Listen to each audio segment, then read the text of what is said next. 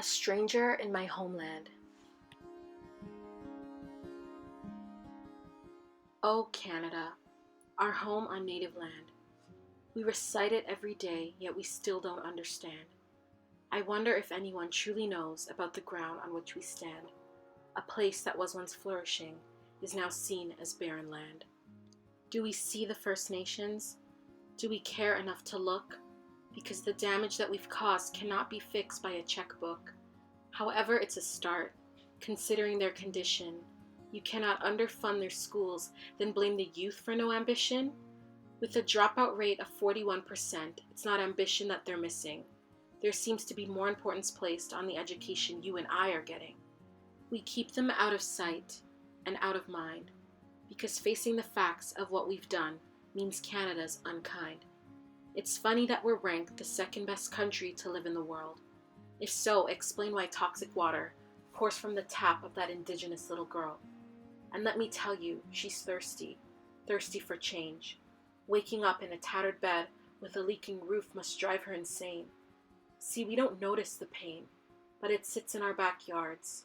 Around this time last year, up close I witnessed the scars. Stepping onto that reserve, I felt like Alice in Wonderland.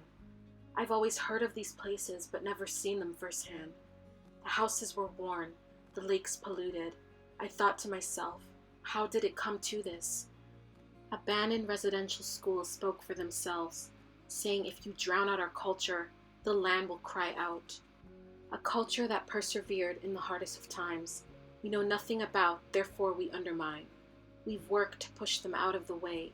That's why the Indian Act still hangs on display. Are we even aware of the things that we say? Don't speak your language. You can't vote in your own country? By the way, do you know how hard it is to find a home? A father goes to the bank and cannot take out a loan. They say you don't pay taxes, so you stand on your own. How dare you tell me that as a nation we have grown? Is there a way out of this hole that history has dug? They don't have health care because we crave power like a drug. So if they do turn to drugs, we say their pain is self-inflicted. Label them as junkies and tell them you did this. I want you to understand and to please realize, because it seems that like Gloucester we've been stabbed in the eyes. If we don't acknowledge the problem, it's Canada's roots we despise. If we turn off the news, it's the truth we demise. Suicide rates are shooting sky high. People are wondering why so many women have died. Some are still missing, but we have stopped looking, saying this country has to do more important things.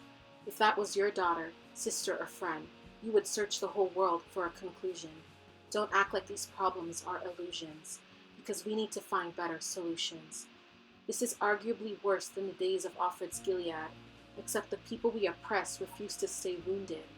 Maybe Canada's last generation was too secluded. It's our turn to decide if the truth stays diluted. If we stand for justice, even if it's just us, if we raise awareness, and even when they judge us, we'll be able to say we care for this plan.